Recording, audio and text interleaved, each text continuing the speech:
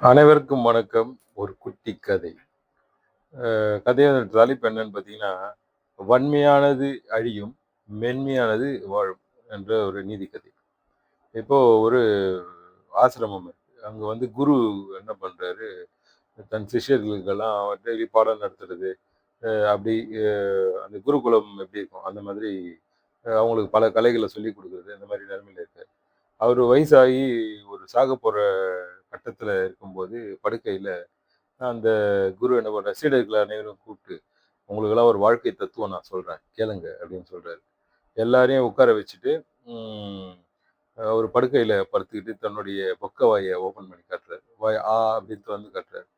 கா காட்டி எல்லாரும் வந்து பாருங்கன்றாரு. எல்லாரும் பார்த்த உடனே, அ "அவ்வளோதான் வாழ்க்கை தத்துவம் முடிஞ்சு போச்சு. கிளம்புங்க" அப்படின்றாரு.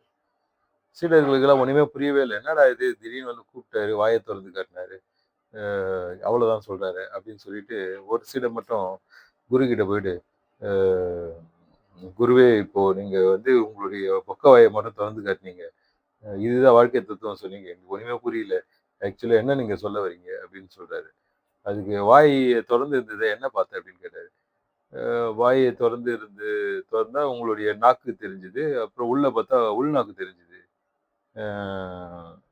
அ அப்படின்னு சொல்றாரு. "ஆ அப்படியா? சரி பல்லு இருந்ததா?" அப்படின்னு கேட்கிறாரு. இல்லையே" அப்படின்றாரு. "அவ்வளோதான். இதுதான் தத்துவம்" அப்படின்னு சொல்றாரு. இதனுடைய நீதி என்னன்னா, ஆ வன்மையானது வந்து பல்லு. அது எப்பயுமே அழிஞ்சு போகக்கூடியது தான். கொட்டிடும், இது பண்ணிடும். ஆனா மென்மையானது நாக்கு. அது மட்டும் எப்பயுமே அழியாது. புரிஞ்சிருக்கும்னு நெனைக்கிறேன். வாழ்த்துக்கள்.